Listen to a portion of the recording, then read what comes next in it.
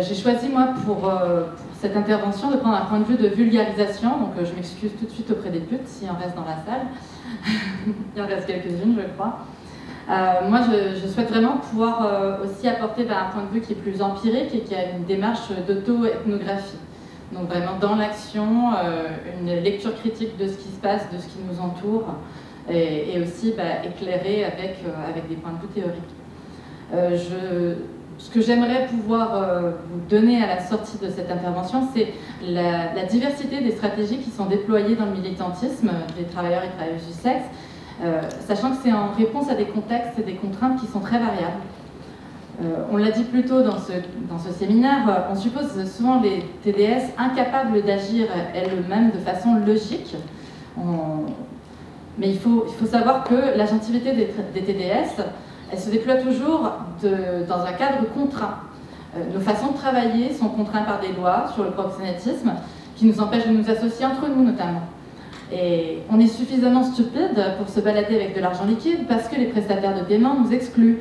Nous subissons des discriminations bancaires. Donc face à des contraintes, on est toujours en train de nous adapter et je veux même dire que c'est notre principale force en tant que groupe social. Comme le disait Thierry hier, à nous, les putes, on ne laisse rien passer, on ne pardonne pas l'erreur. On nous présume en train de mentir, d'arnaquer 24 heures sur 24 et 7 jours sur 7. Il est donc à la fois difficile pour notre communauté de se sentir légitime à s'exprimer, à se faire porte-voix d'un mouvement, mais il est aussi difficile d'obtenir une crédibilité face à cette accusation de ne pas être représentatif de l'ensemble des putes, lesquelles doivent absolument correspondre à des représentations misérabilistes, et dans ce cas, elles sont trop victimes de toute façon pour s'exprimer clairement.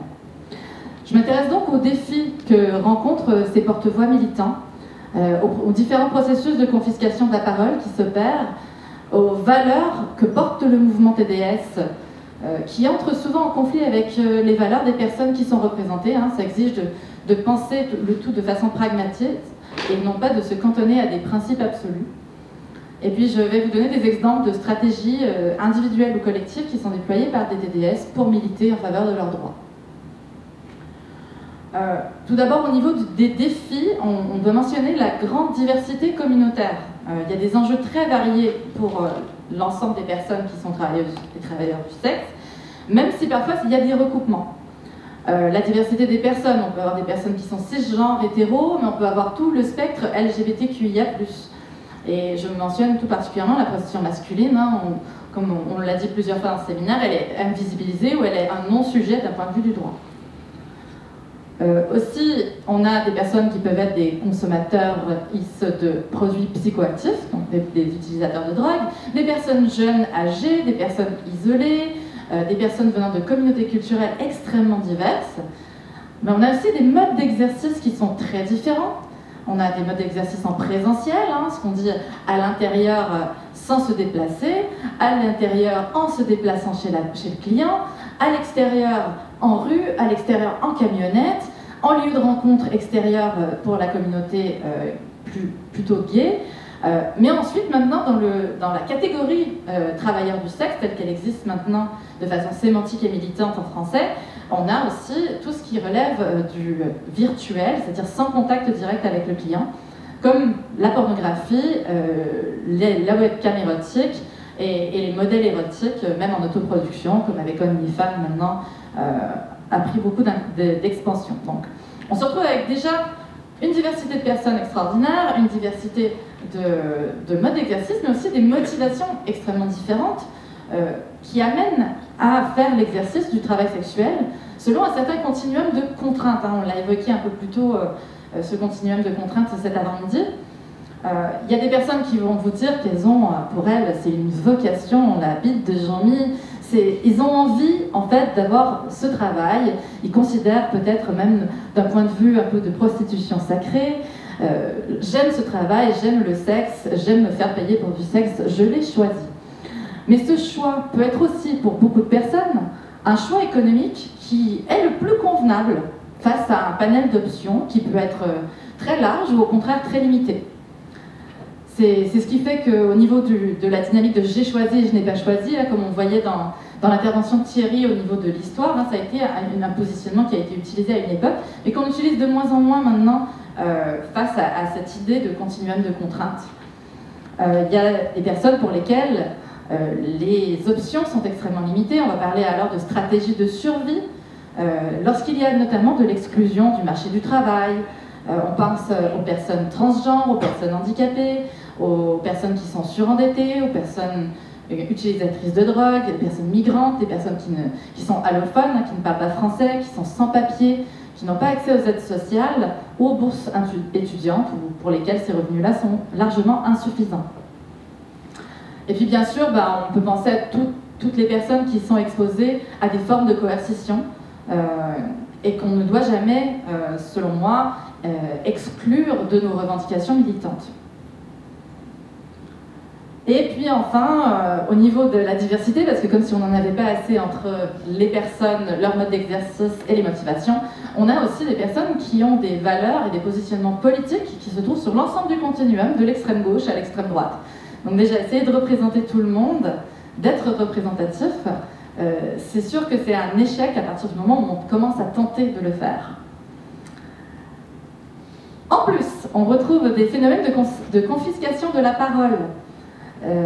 On a évoqué à plusieurs reprises les courants idéologie abolitionnistes, et on peut dire qu'en France, en tout cas, la confiscation de la parole peut se faire déjà de façon délibérée et active par des groupes dont la mouvance idéologique est abolitionniste.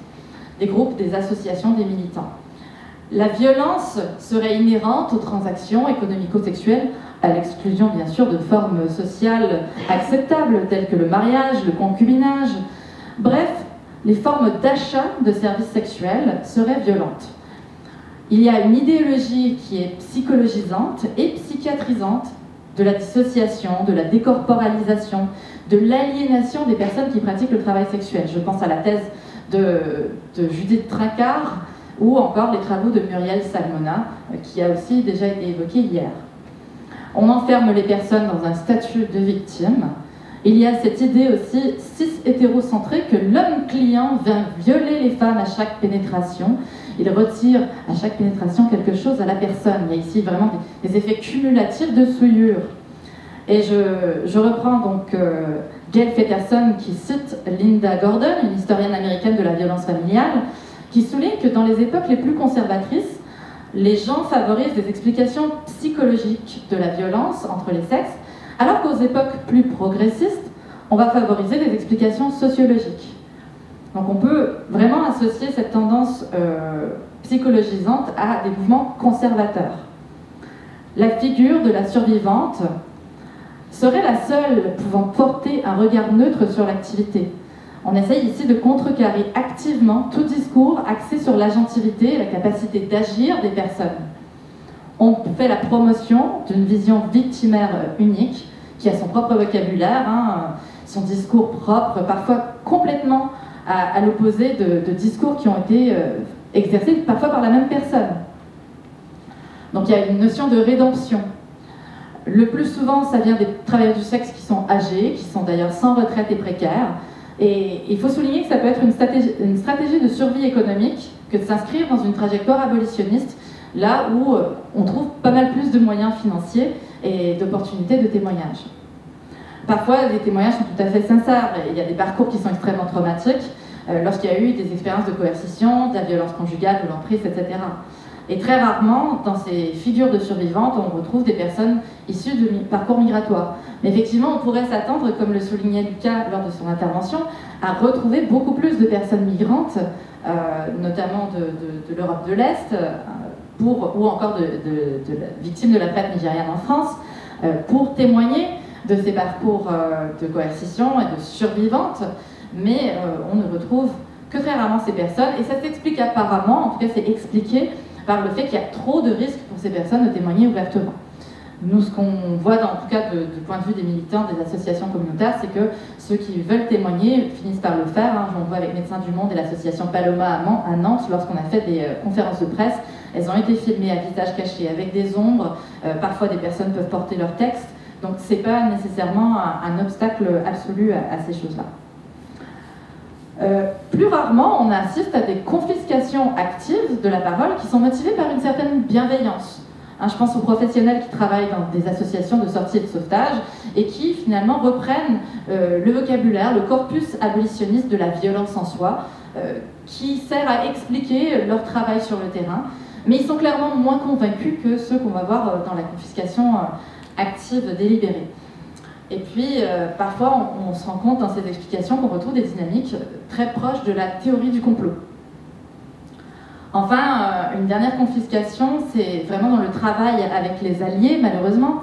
C'est que les alliés qui s'impliquent dans le mouvement obtiennent des postes clés, des positions de management, souvent des contrats stables à l'intérieur du mouvement PLUT, deviennent spécialisés, ce sont des professionnels, leur crédibilité est plus facilement assise, et ils portent des analyses souvent simplifiées pour coller avec les objectifs de leur structure. Parfois, les alliés vont reprendre aussi des slogans sans développer ou comprendre, ils vont défendre une partie des TDS tout en dénigrant ou en abandonnant une autre. Là, je simplifie moi-même à l'extrême pour passer ce message de vulgarisation, mais on est face à ce genre de frustration assez régulièrement, ne serait-ce que lorsqu'on oppose par exemple les putes migrantes sans papier à celles qui ont des papiers. Et un exemple, c'est lorsqu'on dit voilà, si on décriminalise la prostitution, ce sera pour les personnes qui ont déjà des papiers, parce qu'au final, les sans-papiers sont toujours exclus des droits du travail que pourraient acquérir les personnes qui ont des papiers en France. Donc on se retrouve avec soit on préfère ne pas militer pour les droits des TDS qui ont le droit de travailler, parce que finalement ça abandonne les autres, ou au contraire on ne fait que militer pour la régularisation des sans-papiers et on occulte la discussion TDS. On se retrouve avec des conflits comme ça, même au niveau des alliés. Et il y a d'autres phénomènes de confiscation qui sont passifs, qu'on voit beaucoup dans les médias. C'est des enfermements dans des formes narratives, notamment le témoignage dramatique. Et à chaque fois qu'il y aura des possibilités d'induire des dimensions politiques à ce témoignage, on va le dépolitiser, on va singulariser l'expérience, on va dire oui, mais vous n'allez pas vous comparer à ces personnes qui sont dans des réseaux. Je crois que cette phrase-là, c'est celle qu'on entend le plus dès lors qu'il y a un témoignage, notamment des prises de parole, de porte-parole militants. On va polariser les situations, le choix, le non-choix, vous avez le choix, et c'est pas la même chose si vous n'avez pas le choix, etc. Au niveau des valeurs, les valeurs qui sont portées par le mouvement TDS, elles sont multiples, et elles ne recouvrent pas tout à fait les valeurs de chacune des TDS. J'ai parlé de l'ensemble, notamment du spectre politique de la gauche, de l'extrême gauche à l'extrême droite. C'est impossible que le mouvement puisse se positionner avec cette entièreté du panel politique. Alors, si c'est possible, en tout cas, c'est un très mauvais choix stratégique dans tous les cas. Pour n'importe quel mouvement de travailleurs, on va se retrouver donc à devoir prendre des positions qui sont simplifiées, et on va orchestrer ces valeurs de façon à refléter déjà certaines formes de stratégisation face à des courants politiques qui peuvent être alliés ou ennemis. On va avoir des valeurs par exemple d'association, de collaboration, d'union, de syndicalisation, qui sont plutôt des valeurs à gauche, parce que de pouvoir s'exprimer en tant que travailleur, ça nous permet d'obtenir un statut, ça nous permet d'obtenir des droits qui vont déjà manquer cruellement à tout l'ensemble des putes, peu importe leur situation. On cherche à combattre des discriminations qui sont enchâssées dans la loi, qui nous empêchent d'avoir accès à la protection sociale, à la retraite, etc. Ça a déjà été mentionné par l'intervenant précédent. Et donc, la recherche de reconnaissance du travail sexuel comme travail, quand on dit « sex work is work », c'est une posture de revendication absolument militante. Il y a pas mal de TDS qui vous diront à titre individuel, mais c'est pas un travail comme un autre, c'est pas facile, c'est pas pour tout le monde. Mais sauf que d'un point de vue militant, quand on dit sex work is work, on rajoute des droits et des protections et on soustrait très peu de choses aux personnes. La lutte contre les discriminations et l'exclusion, c'est une de nos valeurs militantes très ancrées dans le mouvement travailleur du sexe. Des valeurs qui sont dites donc progressistes, on va vouloir lutter contre la pauvreté, c'est peut-être ça un des éléments les plus consensuels au sein du mouvement TDS. On le fait pour l'argent. S'il y a un enchevêtrement complexe de situations, On le fait toujours pour de l'argent. Alors lutter contre la pauvreté, ça revient de toute façon à lutter contre les situations les plus dangereuses, les situations d'exploitation. En gros, ça redonne des possibles sur le continuum des contraintes. Aussi, au niveau des valeurs progressistes, les luttes qui ont été exercées au sein du mouvement LGBT ont rapidement permis de visibiliser que le sujet du travail sexuel, il est intrinsèquement lié aux discriminations homophobes, transphobes et d'une façon plus générale à la répression des sexualités transgressives et à leur expression. Au niveau des migrations, encore une fois des positions progressistes, c'est qu'une des formes archétypiques de la pute, c'est la femme qui voyage ou qui migre seule. Et là, je me réfère un peu plus aux travaux de Joe Toezema. Les femmes migrantes sont toujours suspectées d'exercer le travail sexuel, d'être donc victimes de la traite, de trafic, d'avoir été forcées, de proxénétisme. Et lorsqu'on lutte contre la traite, quand on regarde les politiques de lutte contre la traite des femmes, on voit souvent en sous-texte la lutte contre la mobilité des femmes. Et c'est un exemple particulier de lieu de contradiction entre des valeurs qui peuvent être individuelles et des valeurs militantes. Alors je parlais tout à l'heure des positions plutôt d'extrême droite. On a des personnes dans le mouvement PUT qui individuellement, ou même dans de petits collectifs, vont exprimer du racisme, de la xénophobie, une volonté de voir partir les migrantes.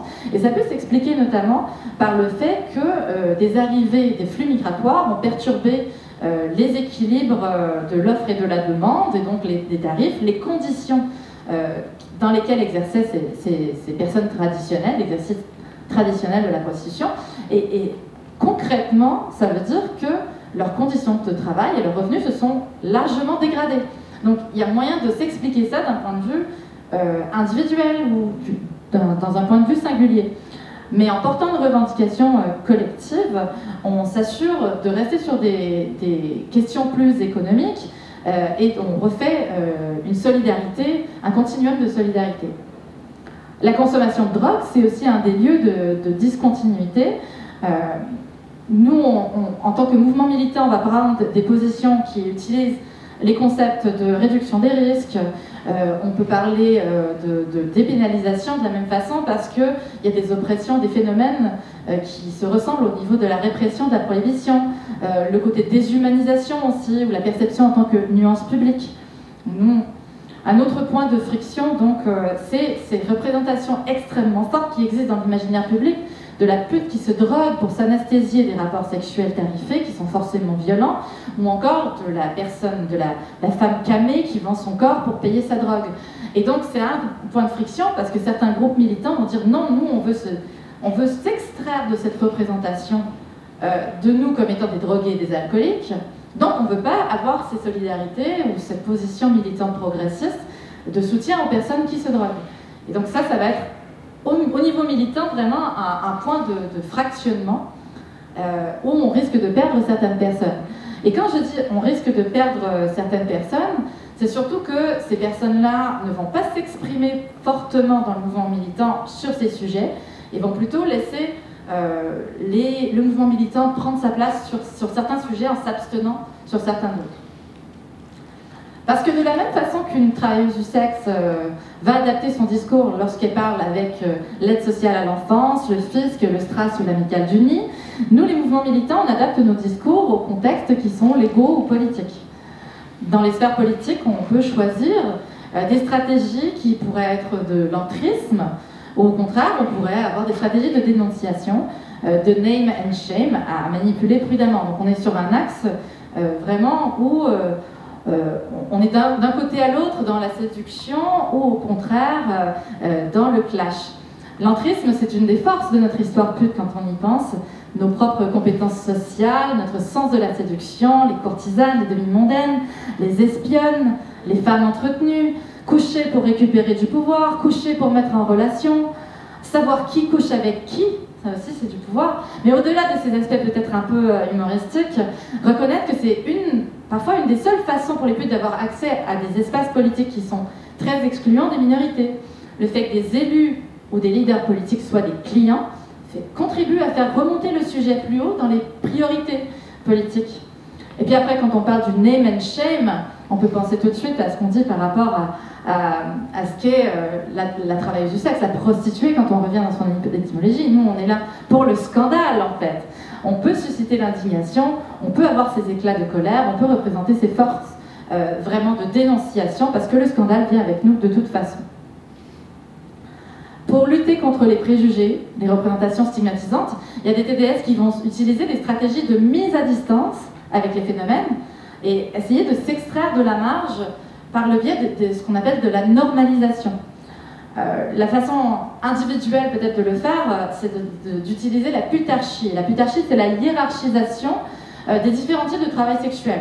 C'est une forme de putophobie, parce qu'on va qualifier d'une certaine façon, on va dire la personne qui est dans la rue, par exemple, est en bas complètement de l'échelle, est la moins respectable, la plus vulnérable, la moins apte à parler pour elle-même, alors que l'escorte de luxe, elle a sans doute toute la latitude, elle a même une aura glamour, l'assistante sexuelle, qu'on va écouter beaucoup plus lorsqu'elle parle de son métier, on va dire même, mais je te vois un peu plus comme une thérapeute, voire une thérapeute. Ces stratégies de mise à distance individuelles, elles portent en général préjudice au mouvement parce qu'on va se retrouver donc à se distancier les unes des autres, à créer des sous-catégories et à créer de nouvelles discontinuités au niveau du continuum des solidarités. Mais d'un point de vue collectif, on peut voir, on a vu d'ailleurs dans la présentation de Thierry Schaffhauser, que dans le mouvement Putassin-Nisier, on utilisait de façon collective cette stratégie militante avec le slogan « Nos enfants ne veulent pas que leur mère aille en prison ». Et même, on l'a vu un petit peu dans les articles qu'il a proposés, on se réunit sous cette idée qu'on est des femmes comme les autres, alors même qu'avant, on ne pouvait pas être des mères, on n'est jamais analysé en tant que mère. Il y a beaucoup de recoupements avec ce qu'on a dit hier. J'ai l'occasion de fermer ce séminaire en reprenant des concepts qu'on a manipulés avec des gants et du lubrifiant depuis hier. Les traditionnels du bois de Vincennes, qui étaient réunis sous la bannière France Prostitution, avaient aussi employé cette stratégie de mise à distance. Elles ont publié un code d'éthique de leur profession qui écrivait qu'ils étaient contre le travail des mineurs, contre les proxénètes, qui mettaient en place des stratégies pour diminuer les nuisances envers les riverains. Le TDS, il est vu là comme étant socialement acceptable parce qu'il est propre. Il ne subvertit surtout pas l'ordre social. On peut rapprocher ça aussi des discours homonormatifs qui, au contraire des positionnements queer, vont s'attacher à souligner la normalité des couples homosexuels. C'est des gens normaux qui veulent simplement exister comme tout le monde, et si possible sans attirer l'attention, contrairement à ces gens que l'on voit défiler dans les fiertés, habillés de cuir, à moitié à poil. Eh bien, au contraire, la stratégie de fierté qui vient s'y opposer, le renversement du stigmate, peut se manifester de façon individuelle par l'outing déjà, mais aussi par le témoignage. Alors l'outing, je veux parler non pas d'être outé, hein, d'être révélé au public, mais plutôt de se révéler. Parce qu'exister pour des TDS sans se cacher, c'est déjà à contre-courant des normes sociales, c'est déjà une posture militante et politique, c'est une expression de l'intime qui est politique. C'est un bouleversement de ce qui est acceptable de présenter en public ou à ses proches. Tu es la première que je rencontre. J'ai pas besoin de connaître ta sexualité en détail. Eh bien, ici, il y a un potentiel de normalisation qui est une posture militante individuelle. Par surprise, je vous prends de court, voilà, vous me demandez quel est mon travail, et je dis, moi je suis travailleuse du sexe, en fait, je fais la pute. Et là, il y a ce petit moment de flottement où on se demande, est-ce qu'on se moque de moi? Est-ce que c'est normal? Est-ce que les gens vont réagir en riant? Ou est-ce que tout le monde va faire comme si c'était absolument normal?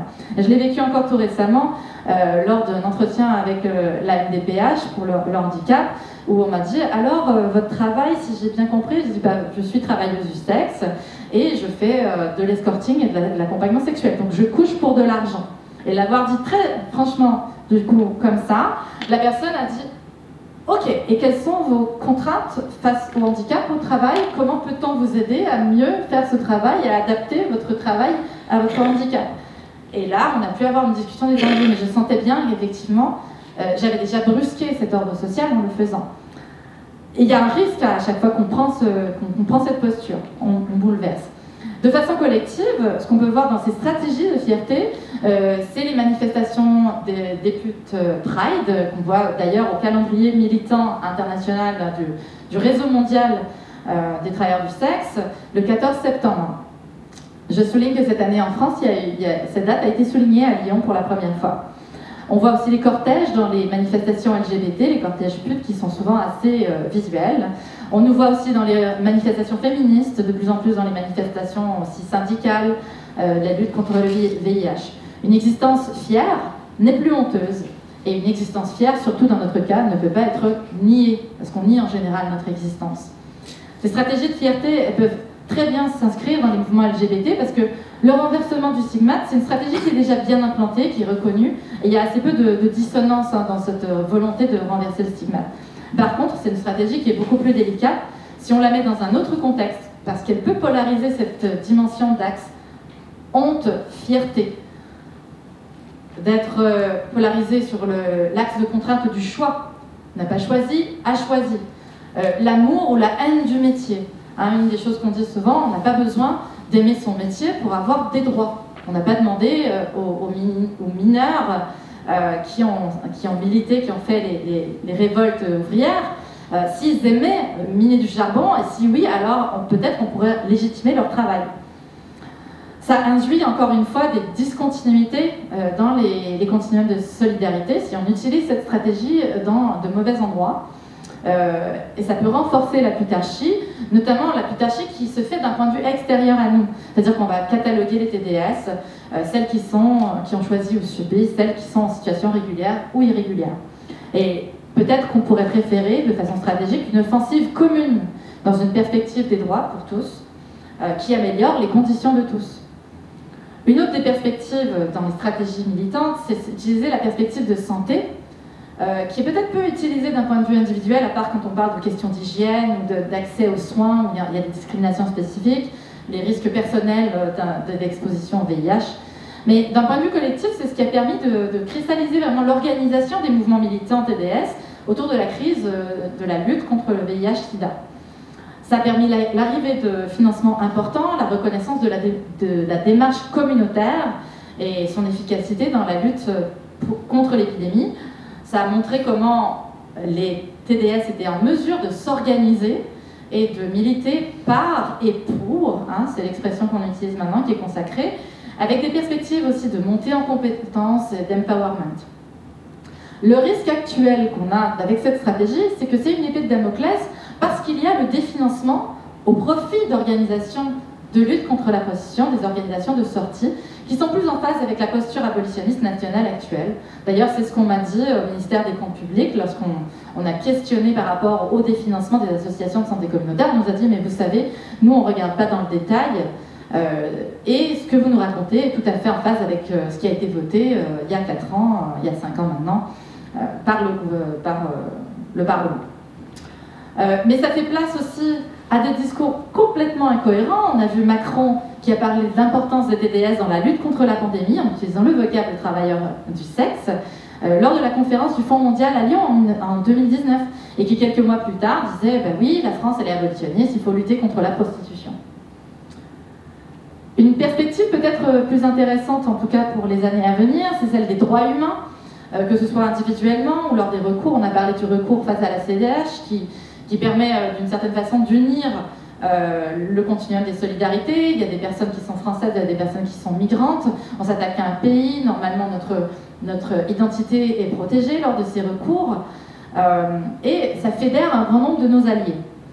Individuellement, face aux discriminations, on a très peu de marge de manœuvre, vu comment la loi est orchestrée et vu les traitements médiatiques. Mais d'une façon collective, ça nous permet de renforcer les alliances, sur des terrains militants. Le vocabulaire des discriminations, il inscrit le militantisme pute vraiment dans des luttes pour les droits de toutes les minorités.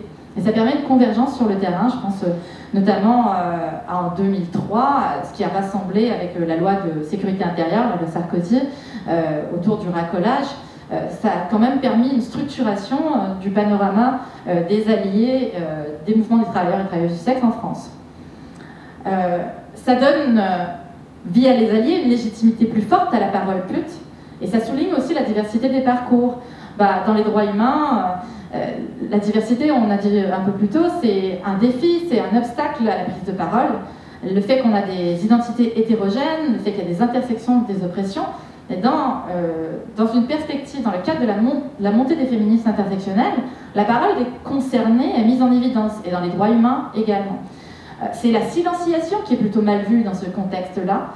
C'est pas le fait de se retrouver dans la marge et la stigmatisation.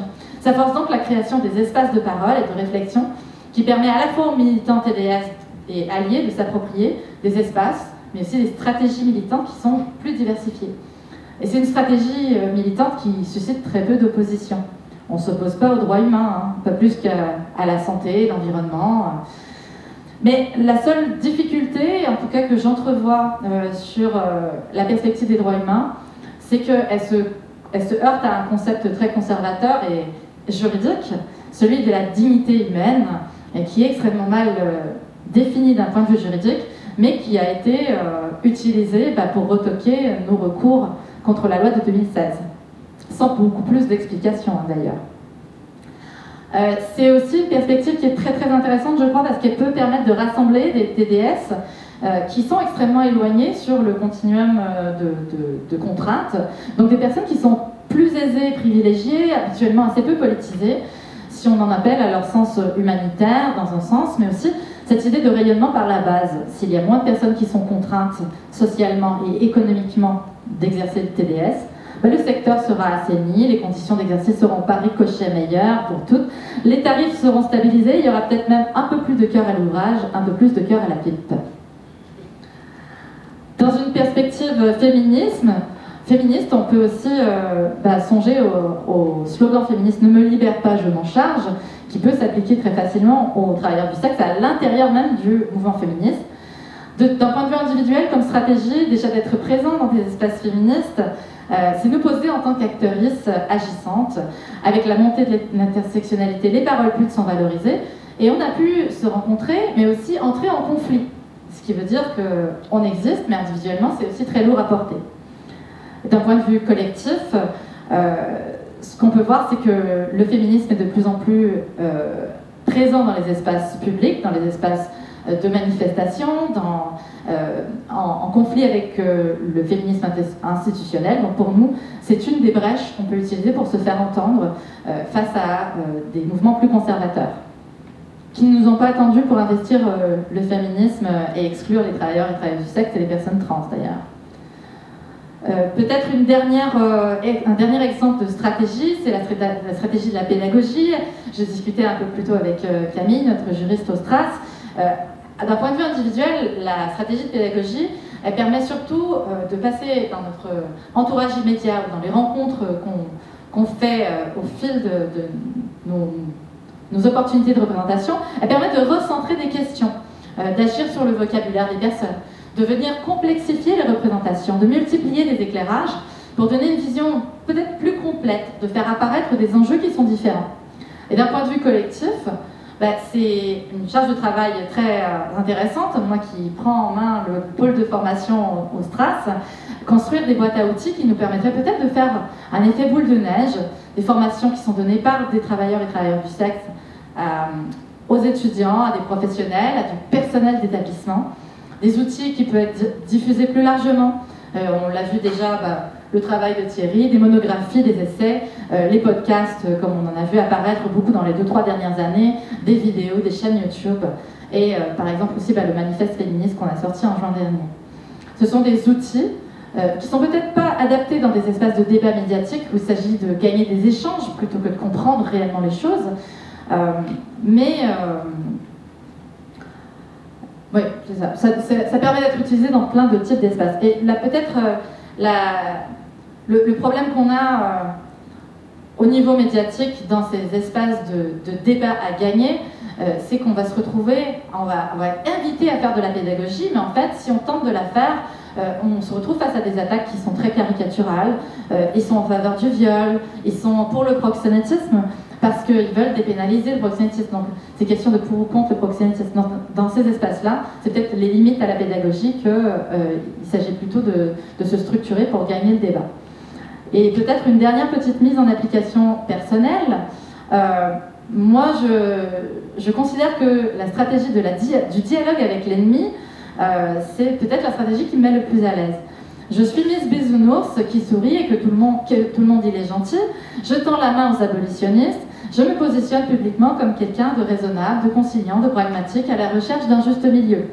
Et là, on peut voir en fait cet exemple de conflit de valeurs personnelles face à une stratégie. À titre personnel, mes valeurs me disent, l'idéologie abolitionniste, elle est mortifère. Cette pensée, c'est mon ennemi. Elle est ennemie de ma sécurité, elle est ennemie de celle de mes proches, elle me conçoit comme une victime. Mais si je me positionne comme une personne raisonnable et conciliante, je suis pragmatique, je m'intéresse aux résultats de ce qui se joue, plutôt qu'à cette position figée. Il est difficile pour mes opposants de considérer que je suis une victime si je me présente comme quelqu'un de conciliante et pragmatique. Je ne suis pas une agresseuse lorsque je leur tends la main. Et surtout, c'est difficile pour les témoins de cet échange, qui ne sont pas forcément positionnés fortement idéologiquement, de penser que je suis une agresseuse. Quand je suis là, je leur tends la main. Est-ce que moi, je suis sincère? Mais on s'en fout en fait. Est-ce que je veux réellement travailler avec eux? On s'en fout. Si je tends cette main et qu'on me crache dedans, je m'assure que tout le monde voit bien qu'il y a du crachat dans ma main et que c'est l'autre qui refuse de discuter avec moi. Mes valeurs propres sont cachées. Ce qui m'intéresse, c'est le résultat, c'est l'effet qui est produit chez mon interlocuteur et chez les témoins. L'un sera déstabilisé, l'autre verra ma bienveillance. Je vais donner un dernier petit exemple, c'est celui du troll bienveillant. Je m'amuse beaucoup avec Caroline de Haas, qui est fortement abolitionniste, et à chaque fois qu'elle propose des outils pour les féministes pour mieux militer, notamment son média training, je m'assure de diffuser l'information à tous mes collègues travailleurs du sexe afin qu'ils puissent bénéficier de cet apprentissage, d'une prise de parole pouvant peut-être leur permettre de faire valoir leurs droits. Et je remercie à chaque fois chaleureusement toutes les personnes qui permettent à ces choses d'arriver, notamment Caroline de Haas elle-même. Et pour conclure, je dirais qu'on se retrouve, nous, dans le mouvement militant TDS, avec une grande diversité de personnes, des intérêts conflictuels et souvent contradictoires. Mais on a quelques bases communes sur lesquelles on peut bâtir de façon plus consensuelle. On a une grande adaptation de nos stratégies en fonction des contextes politiques et sociaux, des alliances, des échelles collectives ou individuelles et des impératifs de cohésion du mouvement. Les TDS font partie d'un système politique complexe, peuvent choisir d'adopter des postures qui ne reflètent pas exactement leurs valeurs, pourvu que ce soit efficace. En gros, on fait les putes, quoi. Reste la question des stratégies qu'on pourrait déployer au fil de l'engagement de plus en plus de TDS dans les voies militantes. Est-ce qu'on ne pourrait pas avoir en France une plus grande diversité de groupes militants? Certains qui pourraient défendre les droits d'une catégorie de TDS en particulier. Je pense donc à Bad Boys, association de TDS exclusivement masculin, transmasculine, ou encore aux Roses d'Acier, qui sont communautaires des femmes chinoises.